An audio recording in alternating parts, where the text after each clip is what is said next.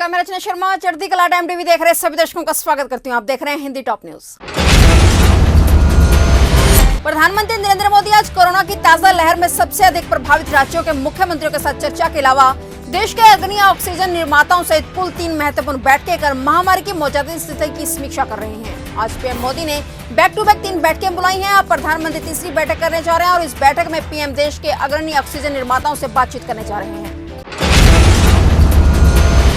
महाराष्ट्र जहां इस समय कोरोना से जूझ रहे हैं, वहीं राज्य के कई अस्पतालों में बड़े हादसे हो रहे हैं। नासिक के जाकिर हुसैन अस्पताल में ऑक्सीजन लीकेज से मारे गए 22 मरीजों का दर्द अभी लोग भूले नहीं थे कि शुक्रवार तड़के मुंबई के विरार स्थित विजय वल्लभ अस्पताल में भीषण आग लगी। इस भीषण आग के चलते 13 कोरोना मरीजों की मौत हो गई। अस्पताल के आईसीयू में 17 कोरोना मरीजों का इलाज चल रहा था। सुबह 3:15 बजे शॉर्ट सर्किट से आग लगी, जिसमें 13 मरीजों की जलकर मौत हो गई। फायर ब्रिगेड ने करीब 5:30 बजे आग पर काबू पाया। वहीं आग लगने के बाद विजय वल्लभ अस्पताल के मरीजों को नजदीकी अस्पताल में शिफ्ट किया गया।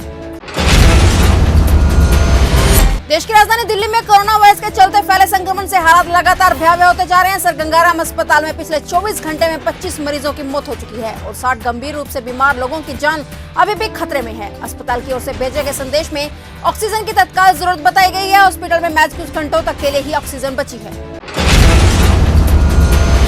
कोरोना वायरस हर रोज अपने रिकॉर्ड तोड़ रहा है। नए मरीजों के मामले में भारत अमेरिका से भी आगे निकल गया है। पिछले 24 घंटे में कोरोना के रिकॉर्ड 3,32,730 केस अब आ गए हैं और अब तक किसी एक देश में एक दिन के अंदर मिले मरीजों का यह आंकड़ा सबसे अधिक है। कोरोना का अब तक 1,62,63,695 लोग संक्रमित हो चुके हैं। अब तक 1,36,48,159 लोग इस वायरस को मात देकर ठीक हो गए हैं और अब तक 1,86,920 लोगों की जान इस वायरस के कारण गई है। बीकेयू किसान नेता राकेश टिकैत हरियाणा के रामायण टोल प्लाजा पर किसानों को संबोधित करने पहुंचे थे। इस दौरान टिकैत ने सरकार को चेतावनी देते हुए कहा है कि कर्फ्यू लगाकर सरकार किसानों के आंदोलन को खत्म करना चाहती है, लेकिन सरकार की चालबाजी को किसान समझ चुके हैं और किसान धरने को मांगे पूरी होने तक खत्म नहीं करेंगे। टिकैत ने कहा कि सरकार पिछले 4 दिनों से क्लीन दिल्ली की बात कर रही है, लेकिन सरकार ने किसानों को छेड़ने की कोशिश की तो 1 घंटे के अंदर जवाब मिल जाएगा।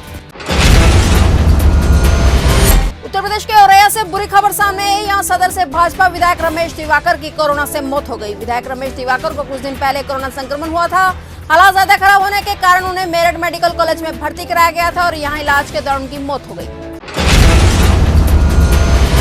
कोरोना वायरस के बढ़ते मामलों के मद्देनजर कनाडा ने भारत और पाकिस्तान से आने वाली फ्लाइट्स को रद्द करने का फैसला किया है। सरकार का कहना है कि यह पाबंदियां 30 दिनों तक जारी रहेंगी। खास बात यह है कि देश में राजनेताओं के विरोध के बीच जस्टिन ट्रूडो सरकार ने यह कदम उठाया है। हालांकि इस दौरान कार्गो फ्लाइट्स की उड़ानें प्रभावित नहीं होंगी। इंटरनेशनल स्पेस स्टेशन उम्मीद के ज्यादा समय के काम कर रहा है, लेकिन अब इसके और ज्यादा चलने की संभावना कम होती जा रही है। इसके बहुत से हिस्से धीरे धीरे बेकार होते जा रहे हैं। अब रूस ने इसे अलग होने का मन बना लिया और वह 2025 तक इससे जुड़ा रहेगा। इसके साथ ही उसने खुद का स्पेस स्टेशन बनाने की तैयारी भी शुरू कर दी है। इसकी वजह कुछ समय पहले रूस अमेरिका के संबंधों में बदलाव है। पश्चिम बंगाल में कोरोना संक्रमण के बढ़ते मामलों को देखते हुए चुनाव आयोग ने अपनी गाइडलाइंस में कुछ परिवर्तन किया है। राज्य में तेजी से बढ़ते कोरोना वायरस के संक्रमण को देखते हुए राज्य के मुख्यमंत्री ममता बनर्जी ने अपने सभी चुनावी कार्यक्रम को रद्द कर दिया है। चुनाव को लेकर ममता बनर्जी अब लोगों से वर्चुअली संवाद करेंगी। कोरोना वायरस ने अब तक कई बॉलीवुड स्टार्स और उनके परिवारों की जान ली। वहीं अब बॉलीवुड इंडस्ट्री की फेमस जोड़ी नदीम के म्यूजिक डायरेक्टर श्रवण राठौर की कोरोना वायरस के कारण जान चली गई। श्रवण राठौर बीते कई दिनों से हॉस्पिटल में एडमिट थे। श्रवण के शरीर के कई अंगों ने काम करना बंद कर दिया था और गुरुवार रात करीब 9:30 पर 66 साल के श्रवण ने अंतिम सांस ली।